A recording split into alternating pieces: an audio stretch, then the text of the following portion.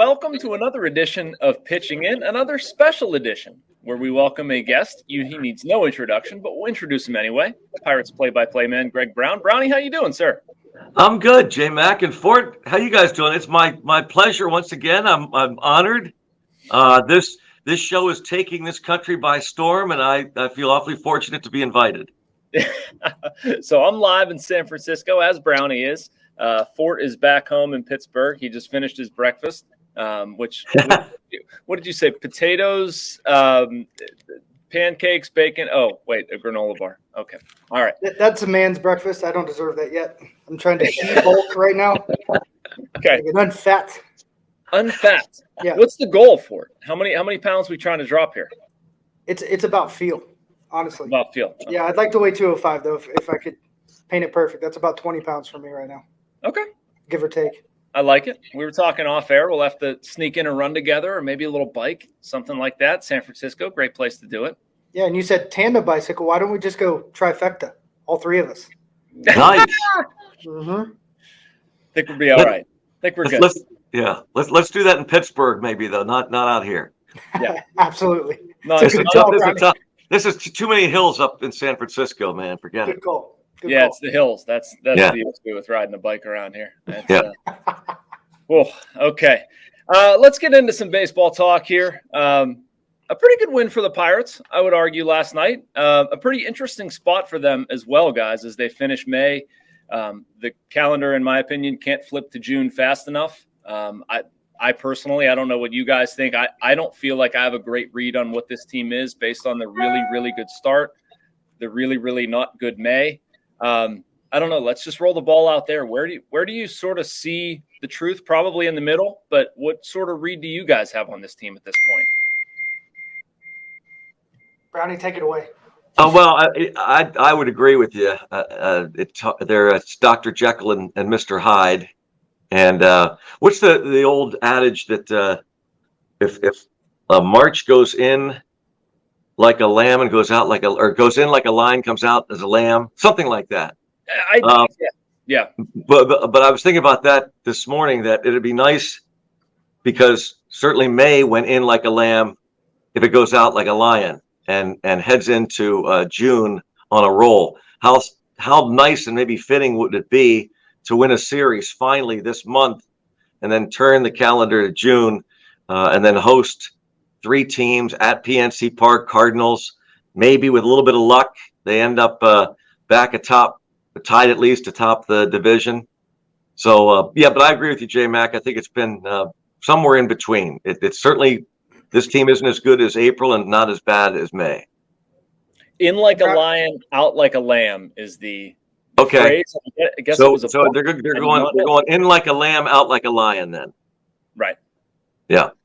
Yeah, we've been lamb chops. A lot this May, honestly. Wow. I've told Mackey, I've told you, Brownie, I don't know where we're at. I don't even know the identity we're trying to create. I want a winning culture. I'm a win now guy. And I don't know what they're trying to do with all the platooning, with all the moving around. It seems like nobody's really getting a footing. I feel like Connor Joe got sat into a slump. Santana was overplayed. And these guys want to play. I mean, these guys want to be out there every single day. You know, Kutch all of a sudden playing some more outfield. He's one of our better defenders by Matrix, which is funny. I don't know. I'm really confused. I'm very optimistic, as you guys know. I hope the best. I want the best. But I also want to see what these guys are capable of. We have a lot of young guys that you don't want to put any type of ceiling on them right now. You want to see how high they can jump and see what they can do. And, we're allowing that in the minor leagues. I think we got to allow it in the big leagues too. I think it's an interesting question, Fort. I mean, I understand wanting to see guys play every day. I also want to see guys produce. And I think one often begats the other. If a guy's producing, he should play. If a guy's struggling, he should not. We'll use another saying, the cart before the horse or something like that. But, I like seeing Tucupita Marcano and what he's done in May. He's produced and he's played. And they've actually gotten pretty good production out of shortstop. Maybe Castro, I don't understand quite as much. But I think by and large, we're seeing guys, at least at the major league level, if they're producing, they're playing. But for me, for this to level out, for them to really find their footing in June, I'm looking at the pitching. I liked what I saw last night out of the bullpen. I want to see more consistency out of the starting pitching. If they can figure out a bridge to Holderman and Bednar, as good as those guys have been at the back end, like, I don't think they need to score a ton of runs. I mean, they're not going to average 7 runs again. Mr. Money, I love it. I mean, is he the 7th inning guy? He probably should be at this point, right? Or I guess they mix and match with him and Hernandez. Maybe that was a bit of a – we'll take a detour, but what do you guys think? I mean, is Moretta the 7th inning guy? They need an option there. I mean, when you want money, where do you go? You go to the bank.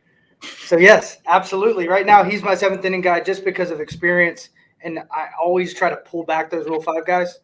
I think Hernandez could do it, but I don't want to rush him.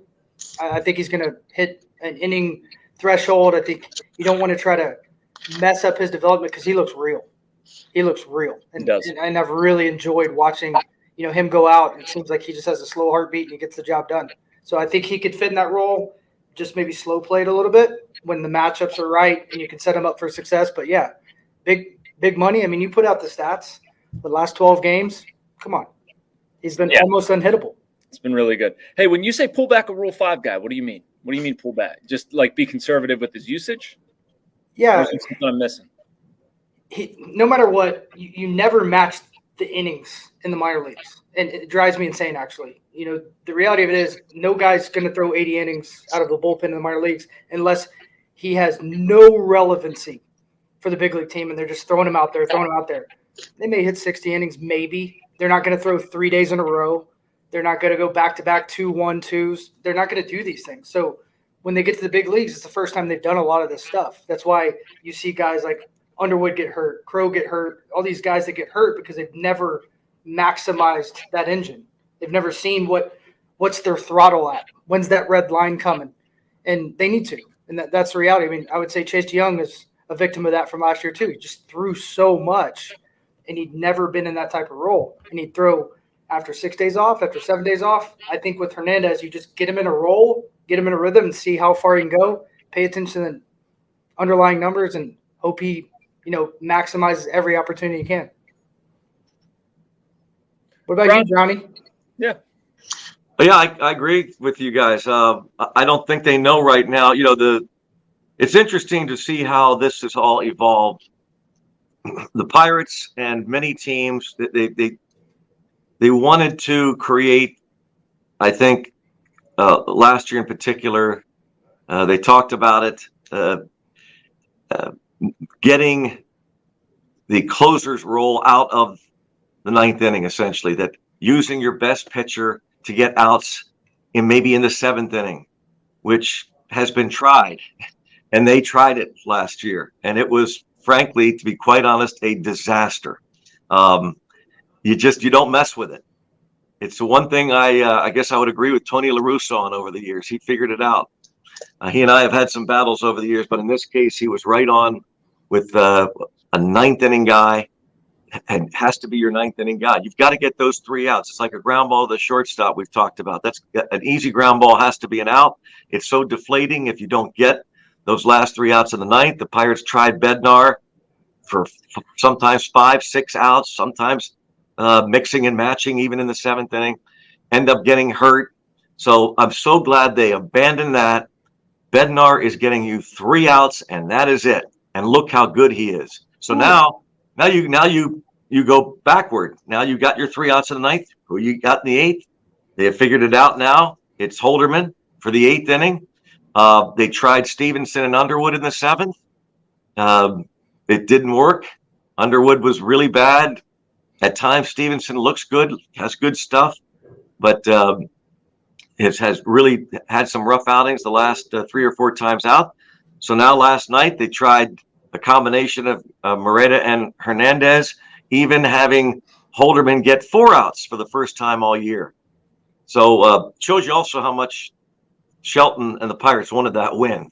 They were going to do everything they could to get that W, and they did. And I think that was about as well managed a game as Shelton has had. And not that I think he's really good anyway, but that one, he was spot on with everything he did, I thought. And it's just interesting to watch it all evolve. I don't think they'll come out and say it, but obviously the proof is in the pudding. I think they have conceded that this idea of trying to throw a closer to get a very important out in the 7th and 8th inning, which these, analytics people talk about all the time. No, don't mess with the bullpen gods. So that it's working. The last 6 outs seem secure, and now we'll see if they can get a guy for the 7th inning. I got something for both of you guys. I completely agree with you with the closer and the setup guy. I mean, I think World Series are won based on the bullpen, period. So reality of it is having some establishment there, and it's not just all over the place. That's a good thing. I mean, Milwaukee Brewers almost ran through the National League in the playoffs with just the bullpen. They didn't have any starters, it seemed like. But going back to Marcano, and it reminds me because Big Big came over here from Newman. Marcano is a hybrid for me between Frazier and Newman. And I think he's going to be a reliable guy. I used an example yesterday, Ben Zobrist. I see him potentially being that type of player, an above-average defender in a lot of different places, a great teammate, and a guy that can, in a pinch, play shortstop for 2 to 3 months and probably going to be a plus defender. So I don't know if he's an everyday guy. I'm not going to say that, but everybody's already written him off because O'Neill's crew's going to come back. But I'm not writing him off. Hey, I'm not writing him up, but I'll tell you, we can debate this. He's a part of this. He's a part of this journey, and I love the grind. There are only a handful of Ben Zobrist. That's another thing that I appreciate what the Pirates are trying to do and trying to be like teams that bounce players around. I'm not a fan of it. I would prefer you put a guy in a spot, keep him there, make him be really good, if not great, at that one spot rather than average at different spots. There are very few Ben Zobrist. You can't make everybody Ben Zobrist. And I don't say that lightly, Brownie. Josh Harrison, in the last 20 years, Josh Harrison and Sean Rodriguez were the Pirates' Ben Zobrist. They just don't come along. So maybe Marcano is that guy, but I would prefer that. They tried to do that with Frazier when Frazier came up. And I kept wondering, like, stick Frazier at second and see if he's good there.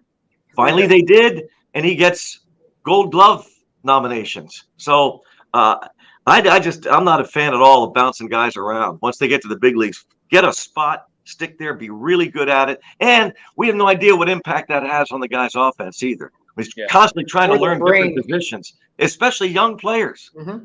Brownie, I mostly agree with you. The only exception I would make or counter argument I would have would be right now with them needing a shortstop. Marcano's been their best and only. Oh, no, exactly. Oh, yeah, leave him there. Yeah. Leave him there. Yeah. But we did win all of April with Castro there. What's that? We did win all of April with Castro there, and then they started moving everything. No. I'm not saying not a fan. I think he should be the everyday second baseman. I agree. We have the false meter. I agree. Michael McKenry just said they won all of April with Castro. Sorry, you're wrong, Michael.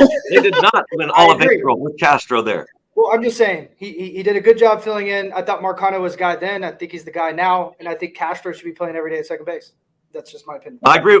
Again, agreed. Not shortstop. Nope. We found out last year Castro can't play short. Correct. And they continued to push him there, and we were like shaking our heads, like, why do they keep putting Castro at short? And they tried it when Cruz got hurt. They won despite Castro being there. Now, he wasn't awful initially, but he got exposed, and I think he puts pressure on himself. I think it hurts him offensively. We saw him the other day at third base, filling in for Hayes. I guess he's the backup third baseman, but again, he's not comfortable there. He's, I think, much better at second base. That's his position. Take it away, Mackey. I interrupted you. I'm sorry. No, you're fine. I've got something I want to throw out for both of you guys. If this continues, I mean, let's say Marcano hits, right? Cruz comes back, Marcano hits. You're going to want to keep an 842 OPS in the lineup somewhere. You're probably going to play him in the middle infield. Maybe you bump him over to second, whatever. Do you guys see a future for Rodolfo Castro at first base? And, like, what is the future for him if he's a part of the thing offensively? We're saying he's not great at short, not totally comfortable at third. Is he a second baseman? Maybe that's my pie in the sky theory, but I would like to see them try him at first base. I don't know what the succession plan is over there post, like, G-Man Choi, Carlos Santana. I mean, maybe Malcolm Nunez, maybe Endy Rodriguez. I'm not totally sure. I don't think it's Mason Martin. I have my doubts if it's Jared Triolo. I want somebody who's going to hit. To me, Castro has shown he can hit from the right side. and I feel like could maybe field the position. I'm curious what you guys think. Is that crazy? Tell me I'm crazy, Ford. I don't think you're crazy, but that still leads me to say is like, so Marcano goes to second base would be the thought there if he's still hitting, and then Castro moves over.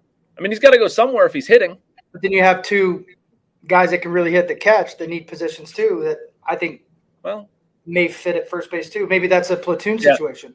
You know, like that would make sense. Castro plays with lefties on the mound and Rodriguez plays. I just mean you're going to bring Cruz back into the thing. And if Marcano, again, continues to produce, you got to play somebody somewhere. You got to find a place. You're not going to bump Hayes. You're probably not going to make space in the outfield. I wouldn't think. You're going to Reynolds, seemingly Sawinski, Joe, maybe Kutch. There's not a lot of reps there. I don't know. I'm just trying to see how all the pieces fit, and I guess I just don't if some of the young guys keep producing the way you'd kind of hope for them to produce. Like if Castro, Marcano, and Bay are all contributing something offensively, it's tough to find a spot for everybody. Well, for me, that's a long way away, and I understand where you're coming from, J-Mac, but I think sometimes teams get caught up in trying to plan stuff like that when we're at least 2 months away from Cruz being back, at least. And who knows how long before he's back where he was, if even close. Yeah. So when he does come back, is he going to play short every day? I doubt it. I think he'll DH a bit because they're going to want to take it really easy. I mean, this is going to be it's a lost year. Let's face facts. So I don't worry about that right now. I mean, down the road, they do have to think about first base. I had thought that Cruz was Brownie. Well, I thought Cruz was the perfect guy for first base. I still think when all is said and done, he could end up there. But he was pretty good for 2 weeks in April at short. And for what little bit of time we saw him last year, he was pretty good. I give him that. He was better than what they've been putting up until Marcano. So, but in terms of moving Castro to first base and what's going to happen with when Cruz does come back, I just think that's such a long way away. You know, we should never be fooled by this. It's such a truism. If you hit in the big leagues, you'll find a position. Mm-hmm. That's all there is to it. And Pirates don't have enough offense right now, so let's hope that is a problem spot, that they have no spot to put a guy who's hitting. They'll find a spot for him. So let me be a little bit of devil's advocate. Mitch Keller. I'm not putting him at second base for No. He fell for first base. I don't think he's a first baseman either. Hey, I wouldn't bet against him, honestly. But we put all of our chips into that basket. And coming into last year, he had over a 6 ERA. I've never seen anything like it. I can't think of one player I played with, one player in the past that got as many opportunities as he did. Yes, he was great in the minor leagues, never put it together. And it worked. He's been great. He's phenomenal because they bet on the human. And Mackey, we talked about that with Neil. His best year right-handed is when Kevin Long said, you are going to get at bats every single time a lefty's on the mound. And he went out and had his best year. Sometimes betting on the human, and I don't know which human's right. I don't know if it's Bay. I don't know if it's Castro. I don't know if it's Marcano. But when are they going to learn that worked? It worked with Bednar. It worked with Keller. And that's the thing. Like sometimes just betting on the right guys, you win. One of the things I don't understand is the constant pursuit of the matchups. I think, Brownie, you were alluding to this earlier. Like, what does a guy have to do on the Pirates right now to become an everyday player? It's almost impossible, right? Like, if you hit a certain side, they're going to say, okay, well, you're going to be part of our platoon split hitting from the left side if you handle righties. Well, I guess you have to just absolutely crush the ball against right-handed and left-handed pitching, because if there's any weakness whatsoever, there's an immediate inclination to create a platoon situation. And I say that to say with Castro, like, I would just set him down right-handed and say, go get him. There are plenty of good hitters out there that only hit from one side of the plate, and that's perfectly fine. Not everybody has to be a switch hitter. If that doesn't work, well, in a month, we'll pick up the switch hitting thing again. I don't know, but it doesn't seem to be working out terribly well right now. I think there's offense there. I would try to put the young man in the best position possible to get something out of him.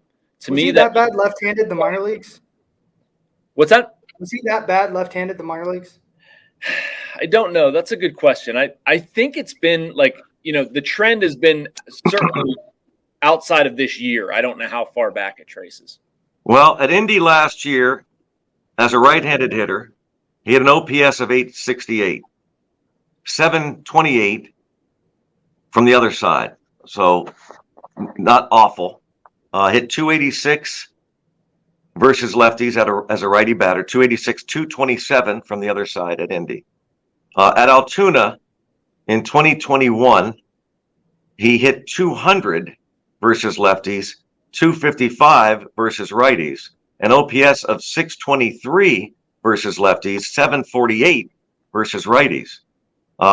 At Greensboro in 2019, hit 298 versus lefties, 226 versus righties. So it's flip-flop, 987 OPS at Greensboro from against lefties as a right-handed batter, 987. On the other side, 776. So it's like it's flip-flopped every year. And in terms, I will say, I'm trying to kind of figure out where the Pirates are coming from. As a right-handed batter, this in his big league career, as a right-handed batter, he strikes out every 5.48 plate appearances. As a left-handed batter, he strikes out every 3.24 plate appearances. He strikes out a ton against lefties or righties. As a left-handed batter, he strikes out a ton. He doesn't walk much. So there is building evidence as to why he's not playing every day. I still say, kind of going back to what the Fort is suggesting, I would just love to see them, even though he did get a lot of at-bats from both sides of the plate last year, much of those were as a shortstop. And I think that comes into play. If you tell him you're our second baseman don't worry about it, and put him there for a couple of months, I'd like to see what happens. I need to call a timeout real quick. Brownie, how do you have Rodolfo Castro's minor league splits? That was amazing. You're exactly right. That's amazing. Desk or something. What sort of wizardry just happened there? Well, not wizardry. It just I happened to have some extra time yesterday, so I went ahead and did a little bit of research, which I am not one to do very often, but I got really curious about it. But you had it on hand. You didn't turn a page. Oh yeah, well, it's in my handy dandy scorebook when I have to call it up. So I do a lot of Post-it notes. You have the coolest scorebook ever, by the way. Well, it's ancient, but it still works. I only heard like half of what you said because I was amazed. Without missing a beat, you just started rattling off Rodolfo Castro's left-right splits from 2021 and worked back. Yeah, and very impressive. He could have made it all up, but it was so cool. I was like, wow. I did make it up. It was really well done. If you did, that was remarkable, Brownie. No, nothing really remarkable. It's all available. It's all available. Well, by chance, do you have Jack Sawinski? I've got nothing on Jack. No. Okay. That was also not pre-planned. We had no idea to lead the conversation down that road that Brownie had done exhaustive research on Rodolfo Castro's split. Just happened to have it. By the way, I very much agree with you, Brownie. I would love to see that happen with Castro. Just simplify, put him in. There's consistent. I mean, that was a big part. We were in Detroit and got into that with Neil about the difficulty of being a young player, being yanked in and out of the lineup, not only a switch hitter, but just a young guy not necessarily knowing what to expect. And I do think that's part of what we're seeing from the Pirates. Like a lot of people want to talk about, outs on the bases or inconsistency or doing boneheaded things. And to a point, like I understand them. I mean, they obviously haven't played their best baseball in May. I'm not trying to gloss over that fact, but I think it's harder for guys to get into a routine and develop and mature and do all those things you're looking at them to do when they play every day, when they learn. Like in my own profession, if I would write 2 stories a week, I'm not going to feel as good about my writing as I am if I write every day. I mean, just a small example, I like writing a pregame story because I feel like it calibrates my brain in a certain way to write a post-game game story. I'm sure there's baseball equivalents. I'm sure you guys have the same thing on the broadcasting side. It's just like repetition in this sport is so important, and it's 100% for those young guys. And another thing we haven't really covered much in this regard is defense. The Pirates are not going to outslug people.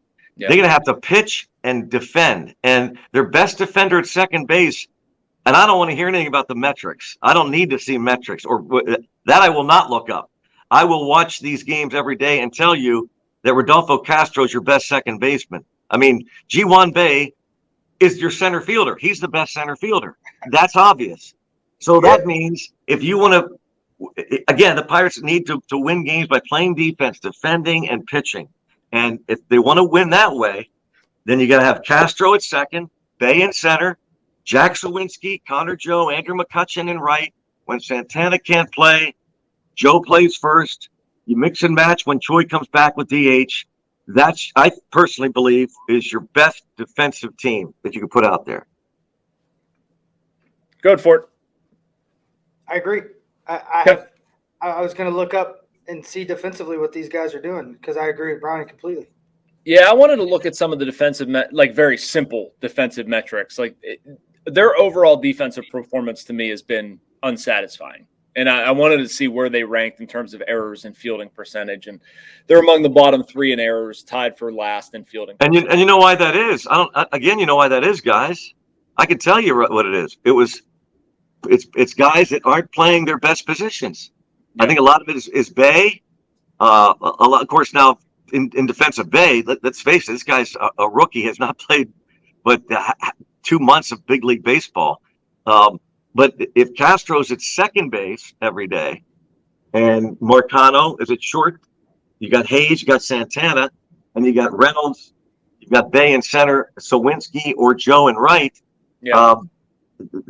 That's all. I see that for a couple months. You'll see the defense get way better. Right. Well, go back to Adam Frazier, Brownie. Yeah, he was a liability, right? He was a liability until he went second base, and he was a goal keeper. Right. Yep. And because he played every day. And he played every day. Knew where he was going to be. And again, I don't think we can stress enough about how difficult it is to talking to a guy who played in the big leagues right here. He can explain about how difficult it is to try and be great at a position, but hold your own offensively. And how do you not take that to the field with you and put pressure on you? If I'm not hitting, boy, I better make the play. And now I got to be better than I am, even as a defender. I just don't know how you expect younger players to bounce around the diamond at the major league level. I'm going to say something Garrett Jones said to me. We had a lot of great conversations when we were Pirates. He goes, how the hell do they know if I can't hit lefties when the only ones I faced are in the 7th inning? 100%. And then they started just defensive replacing him was the thing. But when you wanted his bat and he was hot, you needed that bat. And that's what I think about Sawinski, Castro. They're guys that could hit 25 homers. Yeah. Now, if he runs into 10 and hits 180 left-handed, cool. That means he's probably going to hit 20 plus and play great defense at second base. Name another second baseman hitting 20 this year. I'll wait. There's a handful, right? Yeah. Ozzie Albies. So I don't know. I'm with you guys. I played the bench role, and until I accepted, without anybody telling me that I was going to be a bench player, it was hard. It was hard. I never accepted the pinch hitting because it's really perfect place, perfect time.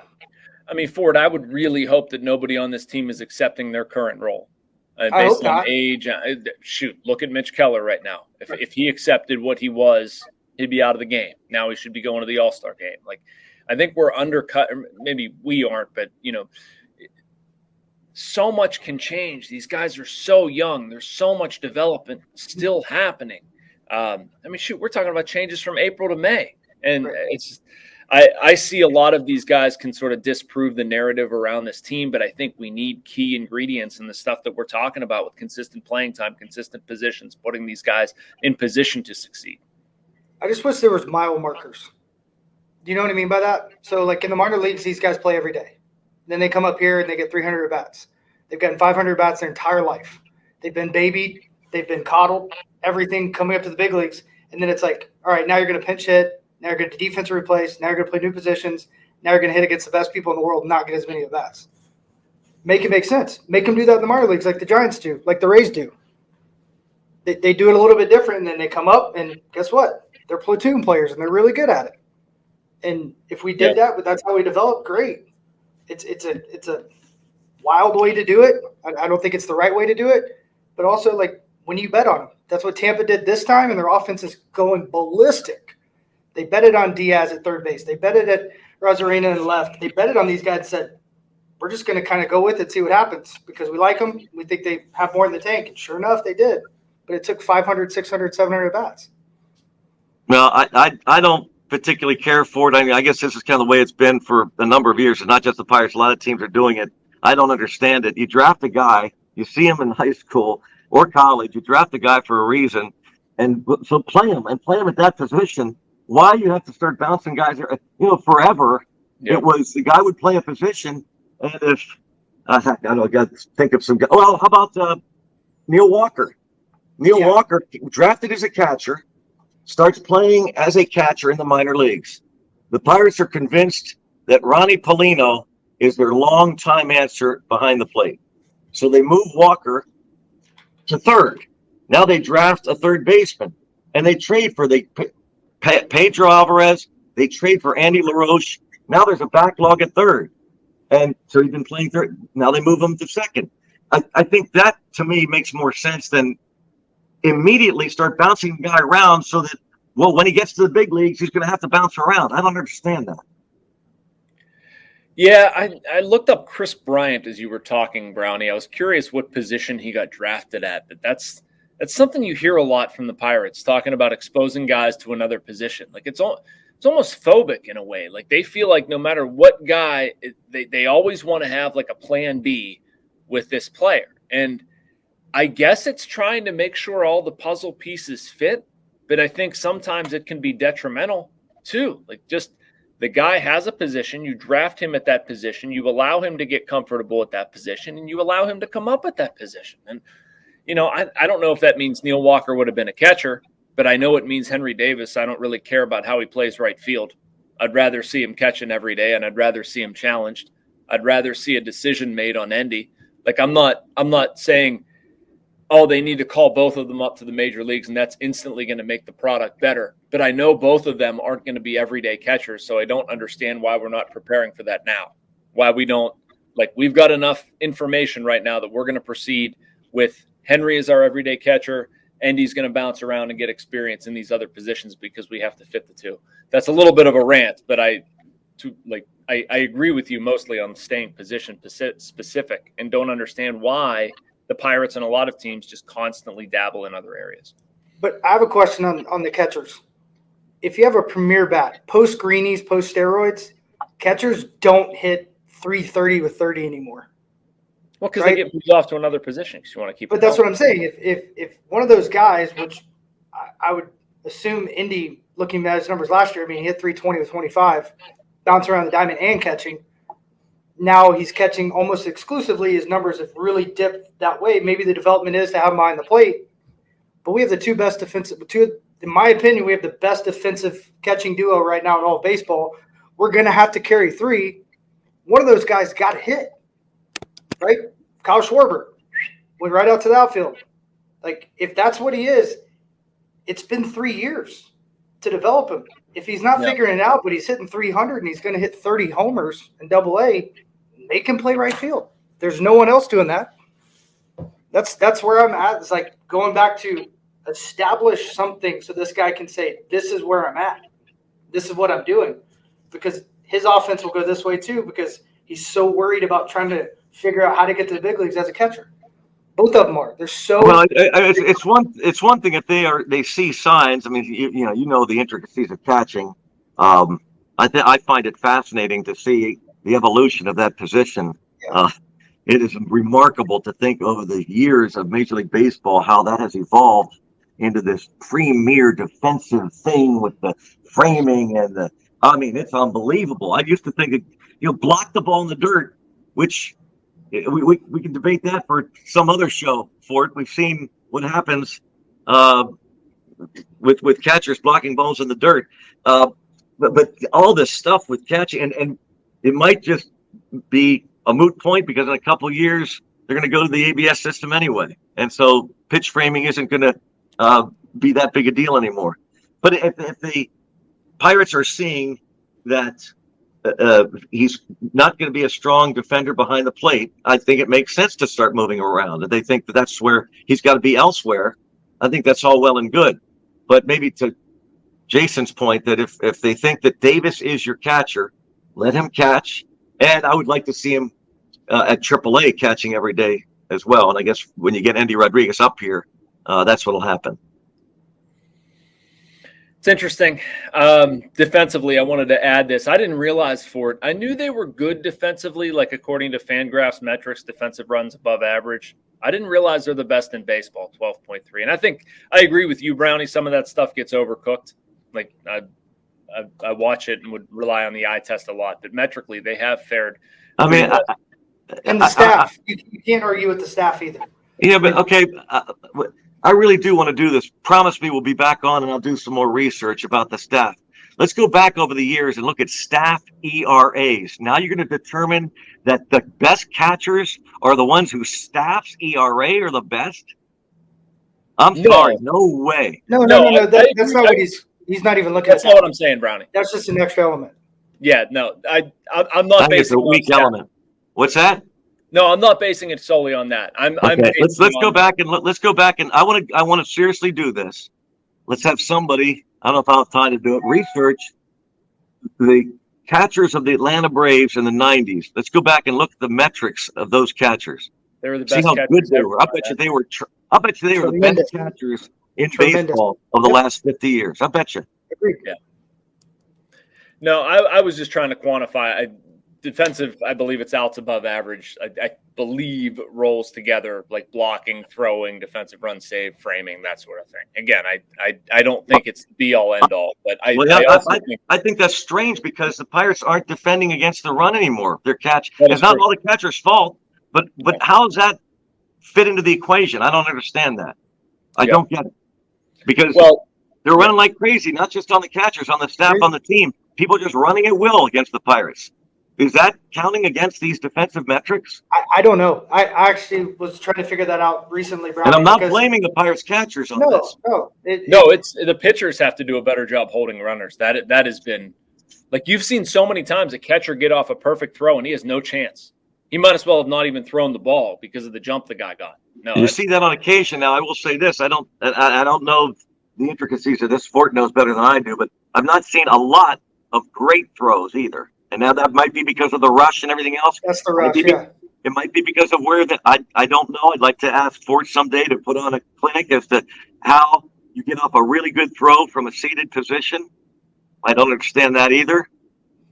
The one knee stuff. They should do a hybrid approach.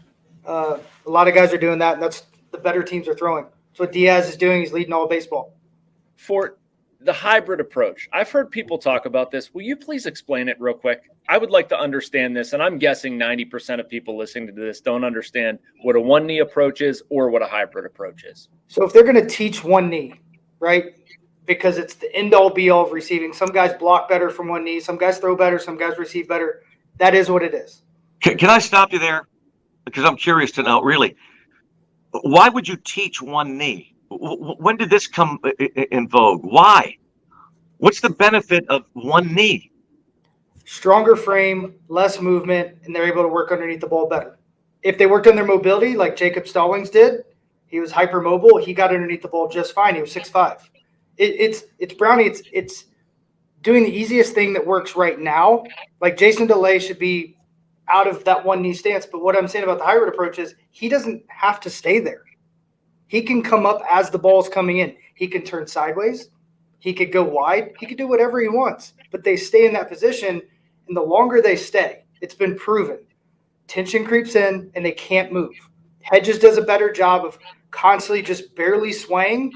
So for me, with him, like it really doesn't matter. He does a great job moving extremely well side to side from a knee, and I don't know if he'd be better up or down, but DeLay doesn't have the same type of mobility, doesn't have the same type of movement that Hedges does. So he needs to be hybrid. He needs to, when Oviedo's all over the place, maybe think about going wide. Maybe think about staying narrow and then coming up, jumping sideways to throw. Like there's just a reality of like figure out the best position to have the most success. Not just because like Darren Sheldon, I love almost everything he says in his post games, but this I hated. He said that's just what they're doing nowadays. No. That's not okay. That's not what they're doing. I teach guys from the elite level all the way down to kids.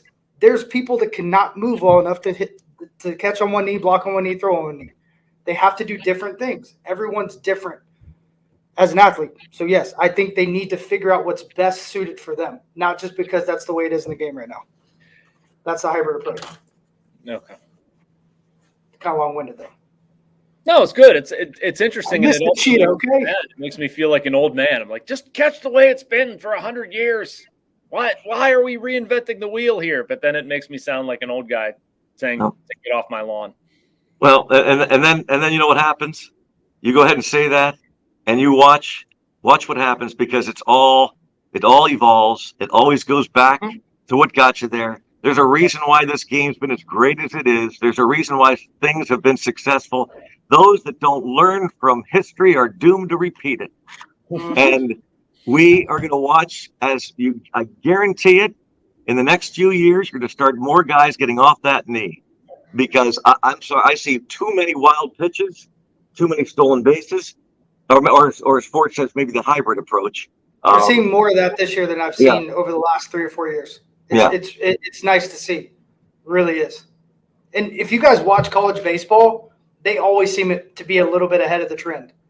And that's what they're doing in college, because they're willing to try a lot more. It's not their career. And they listen to everything the coach says. And they go to all these conferences like, hey, this is better by a split second, so you should try this. And these guys try it. If you watch college baseball, they're always just a tick ahead with some of these trends. I mean, they set a lot of the tone and a lot of the paving for all the pitch design and all that stuff for Major League Baseball. That's why they started pulling college pitching coaches and bringing them straight to the big leagues. They actually listen to what the coach says, Fort. That's good. Yeah, I mean, that's the God honest truth. Very nice. Very nice. All right. I think we should tackle one more topic, and ironically, I think it's what sent us down a various list of streets. But the starting rotation and what it looks like post Vince Velasquez, how we see this thing sort of shaking out. I don't know about you guys. I expect Rowanzi to start this weekend, probably Friday.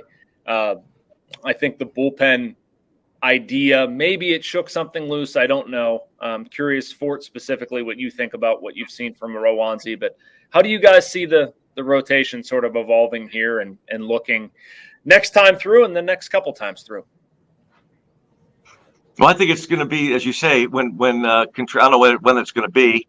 I think they're going to keep guys on 5 days until they need that fifth guy, in this case, Contreras. I think the plan was to put him in the bullpen, work as they did with Keller. Yeah. Work some things out. We did see a tick up in the velocity when he came out of the bullpen the other day, which was interesting. I think it's highest velocity of the year out of the bullpen, which was good. And maybe he's figured something out. And I think that they'll stick with this for a while. I think Velasquez will be out for a while. And then hopefully Priester has a couple of really good outings, and the next time they actually need another starter, he comes up. That's the most encouraging thing, by the way, about this slide. As bad as it's been, the pitching overall, the starting pitching, and to a degree the bullpen, certainly the last two guys we mentioned earlier, and Moreta, it's been pretty solid despite all the. It's weird to say that, despite how bad they've been, the pitching's been okay. It's like they got the hardest parts out of the way, Brown. Yeah. They somehow managed like decent starting pitching in the back end of the bullpen. It's everything else that's causing the problems. And that's the most encouraging thing for me, is I think that we can say that for 2 months, that's sustainable, and it could continue and should continue. Yeah. Yeah, I don't get the sense with Velasquez it's minor.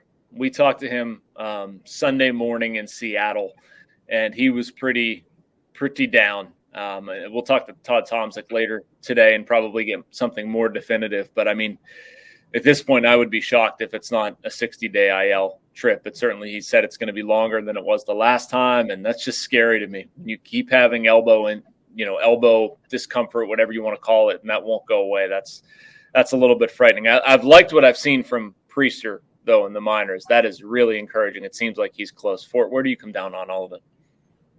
We got stuff. And last night was a perfect example of it. On a bad day, they can win. And that's something that's new for us. That's why we liked Mitch Keller so much, because on his bad days, he would still somehow pull some things out. But I think these guys are ahead of the curve. I just want him to believe in it. I want to see Oviedo believe how good his stuff is. I want to see Ortiz believe how good his stuff is. And then, Contreras, whatever type of pitch design or development or new pitch they're going to fiddle with down in the bullpen, just go out and trust it. He's got one of the best weapons in all of baseball with that slider. I still think he has an incredible curveball. I think it was the best fastball I've seen in almost 2 years. So I like where we're at. I'm very encouraged. I read your article on Jared Jones. Is that the kid's name in AA? Could be this year's Ortiz. And I love Solomito or whatever his name is. He'll be in the big leagues next year, in my opinion. Okay. I like just a couple things. Speaking of the minor leagues, we've not touched that. Do you guys have a thought about Carmen Mlodzinski? And do you think they'd ever considered letting him start again? And crazy idea, Dwayne Underwood was a starter when he came up to the big leagues with the Cubs. We'll assume he comes back to the Pirates after being DFA'd, so he'll be down in the minor leagues. Starting pitching is so important at a premium. I would love to see them say, hey, we're going to build you up and see what you can do, because he's still got some decent stuff. Underwood. We need some innings, guys. Yep. Because they're going to shut down these young guys. We need innings. And he's durable. He is. I could go either way on Dwayne. I would really like to see them do that with Mlodzinski. It worries me the amount of pitching depth they have at AAA right now. Like, I like Jones, I like Solomito, I like Bubba Chandler. They're just not ready. I think Kyle Nicholas might be something too in AA, but it's just there's not enough and it's not close enough. Mlodzinski went into a relief role this year at AAA Indianapolis. He's been good. He's been inconsistent, but there have been stretches where he's been good, can get velocity up to 96, 97, has toyed with the sinker, has 2 breaking balls, I believe, also throws the changeup. The kid's got stuff. I mean, he's a comp round pick from 2020. I like him a lot. It just seems awfully early for me to decide. Kind of maybe goes back to what we're talking about with the positions and stuff, like to bet on the guy for it, then let it play itself out. I don't know. It just seems to me that, to your point, J Mac, man, you need arms, you need innings, you need starting pitching. And Brownie, go even further. Garrett Cole, Max Scherzer, 2 guys that have not been cut on. I'll even say Trevor Bauer is another guy. Those guys are like unicorns now. So if you have a guy like Mitch Keller, right? He seems super durable, like he's a donkey. Maybe Oviedo. If you believe in that and your biometrics and all that jazz that all the khaki pants are dribbling down to you, say that. Let him start. Right? Like that's a reality. Like, a lot of times you can look, like I remember saying Chad Kuhl is going to blow out. You could see it plain as day. I was scared to death about Brubaker. There's certain guys you can see it, like everything's grunting and farting, and that elbow just looks like it's going to snap in half. And you say, well, that guy looks different, though. It looks like he could really be a dude that pitches 20 years and is great. And we need those guys. Well, that's the trend in the big leagues. If you look across, Marcus Stroman is the trend, is the new starter. We need to find a lot of those. I had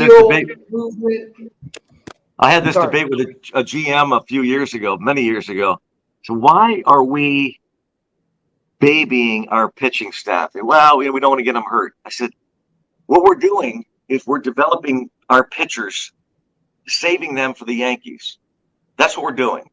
I understand these are people, and but I would throw them out there. And you know what? A good chance they're going to need Tommy John, but they'll be with this organization. Just keep running them out there. You can't save these arms for other teams. Make the agent stop you is what my agent always said. Well, let me be the problem. It wouldn't stop me. Right, exactly. I'd pick up the phone and hang it up. See ya. I'll use an analogy for you guys. I've used this analogy with college kids I talk to. Some of you guys are Pintos. Some Chevy trucks from 1950. A couple of you guys may be a Lamborghini. The reality of it is, everybody needs a reliable car. So if you're a Pinto, be the best Pinto you've ever been. Keep it clean, shiny, wax it every day. Make sure everybody wants to drive that Pinto, period.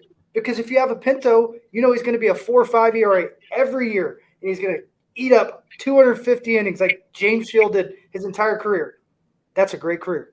And he's a part of that team forever. We need those guys. That's what I'm thinking about. I think Underwood could be a nice Pinto. Right, we're training Lamborghinis no matter what. And they're Mustangs. A lot of them are Mustangs. Like, let them be a Mustang. You can do the quarter mile thing and go to the bullpen, great, but you're not Lamborghini. You're not Bednar. Like, it's okay. But it's one of the reasons, and J Mac and I don't know if Fort, you and I talked about this too. It's one of the reasons why I think the Pirates should forget about Cruz at LSU. Because everybody's talking about the arm. They're worried about Strasburg and with Skeens. Heck with that. Yeah. Like, even in your mind, he's going to end up undergoing Tommy John in a couple of years. So be it. But we're getting that pitcher. We're getting that Lamborghini now. Yeah. What do you think? I want to know how many college kids, first off, Fort, looked at you and said, "What's a Pinto?" Yeah, a lot. A lot. I usually use a Kia. Just a reliable car. You got to update that reference a little bit. Good job. I need to update. Dang it. Okay. So, I mean, one Brownie, that was you and I that talked about it with Skeens, or maybe it was all three of us. I don't know. I'm with you. I would go premium pitching. And I thought it was interesting. I did a draft piece for this past Sunday. I talked to Carlos Collazo from Baseball America, who I like a lot. I think he's very good, one of their draft writers. And he talked about the Pirates and their economic situation. And, you know, it's a way to get value in pitching that you're probably not otherwise going to buy on the free agent market. Like, you can find more diamonds in the rough, but you're only so often going to get that chance to have a pitcher the level that Paul Skeens theoretically could be. And you're taking a gamble. And a lot of what they're doing, you're having to take risks. And that's okay. I'm okay hedging my bets on the guy who's 6'6", 6'7", 260 pounds, throws 100 plus, has a military background. Like, that's the one I'm willing to go there. You know what? I'll take you 1-1. We're going to let you pitch. Do your thing, bud. And you're I don't know how much of a gamble that is. And besides, I know. If the Nationals are second, I guess everybody's saying, well, they're the mock drafts. Pirates are going to pick Cruz, and there's no doubt when Skeens is available, the next team's going to pick Skeens. Well, what? That makes no sense. Then have the Pirates be the team that picks Skeens. I don't get that. I'm with you, Brownie. I'm not arguing. I think the only gamble is, I mean, there's so much fuss, hype, whatever around Cruz that if they pick Skeens and it's wrong, like, they're going to get crushed for being the team that passed on Dylan Cruz at this time. I don't know. I don't see how that's. Maybe you're right. Maybe they'll get crushed. They'll get crushed either way if the guy doesn't succeed. It doesn't matter. It doesn't matter if when they pick Cruz, and Cruz isn't the big deal that they say. Yeah. Mike Trout was a 24th pick overall. 6'6" pitcher. What's wrong with them? And by the way, I'd also look at the representative if I were the Pirates. That would come into play with me. I don't know. You know, they'll never say it, but I wouldn't touch a guy that is involved with somebody else, because that's a disaster in my opinion. Boris. Well, whatever, whoever it is, I'd be really. I wouldn't draft a guy like that. We've been there, done that with him. That guy. I'll be so bold as I would draft Skeens and put him in the big leagues immediately. Either if they're going to pitch him this year, he's coming straight to the big leagues. His stuff, like, when you look at the grades, he's as good as anybody's been over the last 2 decades. And I think about David Price. I think about Strasburg. Strasburg was good enough to pitch straight with the Olympic team out of college. And when you have that type of stuff, why waste him, right, Brownie? Why waste him? That's why, if he's good enough, get him out there. And I don't want to, go back to this thing about I don't know if we've talked about this before, but I will never forget it. When I walked into Lloyd McClendon's office one day in L.A., and this was before, internet stuff, that we get all the information, and it was, I'm almost positive it was Sean Burnett, who was first round pick of the Pirates, and he was making his pro debut in low A ball. And the next day I walked into his office, I said, "Hey, any word on Burnett?" He pitched last night. I said, "How'd he do?" He goes, "Pretty good. 14 pitches, he got 2 outs." I said, "What happened?" He goes, "Nothing." "What do you mean?" He goes, "We're going to be really careful with him." I said, 14 pitches? He says, "These guys aren't going to get hurt on our watch." Well, first of all, they get hurt anyway. Regardless of how much you pitch, they still get hurt.